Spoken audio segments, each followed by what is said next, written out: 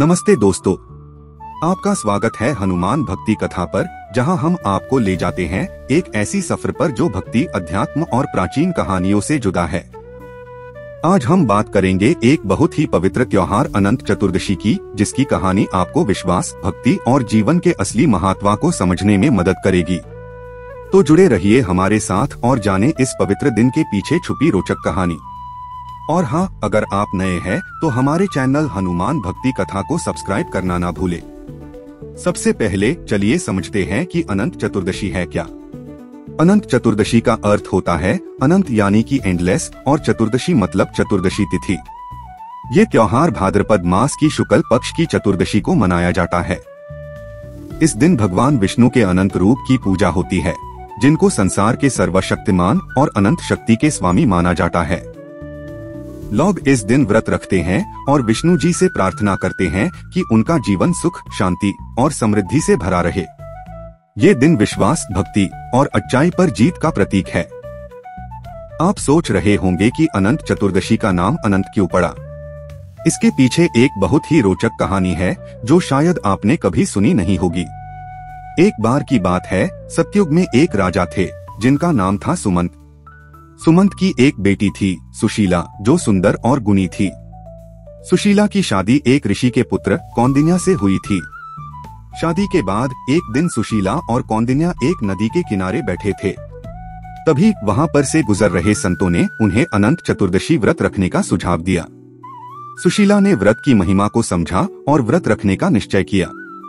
उस दिन सुशीला ने व्रत की शुरुआत की और भगवान विष्णु की प्रार्थना में लीन हो गई। उन्होंने एक धागा, जिसे हम अनंत सूत्र कहते हैं, लिया और उसे अपने दाहिने हाथ में बांधा। अनंत सूत्र में 14 गांठ होती है, जो 14 लोकों और भगवान विष्णु के अनंत रूपों का प्रतीक होती है। इस कहानी का असली रहस्य तब खुलता है जब कौंडिन्य को इस व्रत के बारे में पता चलता है। पहले तो उन्हें लगा कि ये सिर्फ एक और धार्मिक रस्म है, लेकिन धीरे धीरे उन्हें इसके महत्व का एहसास हुआ। कुछ दिनों बाद उन्होंने देखा कि उनकी आर्थिक स्थिति और सुख शांति में काफी सुधार आने लगा। लेकिन यहाँ एक ट्विस्ट है, कौंडिन्य का मन शंकित हो गया। उन्होंने सोचा कि क्या ये सच में भगवान विष्णु की कृपा है या सिर्फ एक योगायोग। अपने शक को दूर करने के लिए एक दिन उन्होंने गुस्से में आकार अनंत सूत्र को तोड़ दिया और नदी में फेंक दिया।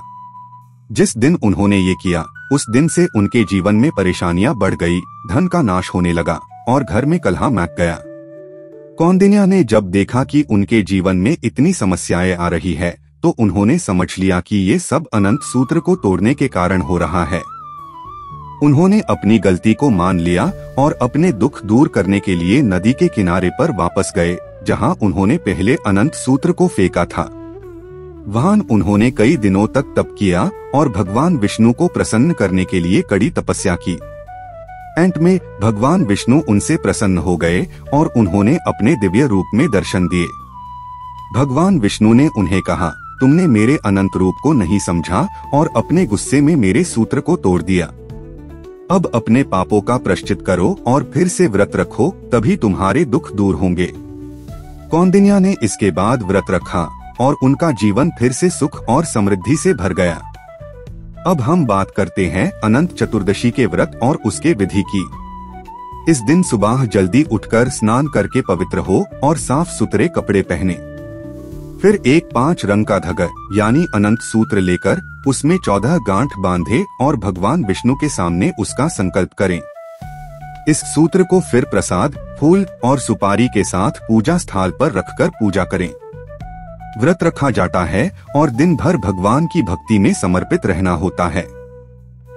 शाम को अनंत सूत्र को अपने हाथ में बांधना होता है और प्रार्थना करनी होती है कि भगवान विष्णु उन्हें अपने अनंत रूप की कृपा से आशीर्वाद दे। अनंत चतुर्दशी का एक और महत्वपूर्ण पहलू है गणेश विसर्जन। ये वही दिन होता है जब गणेश चतुर्थी के 10 दिन के उत्सव के बाद गणपति बापा को जल में विसर्जित किया जाता है। विसर्जन एक प्रक्रिया है जो हमें संसारिक मोहमाया से मुक्ति के प्रतीक रूप में सिखाता है।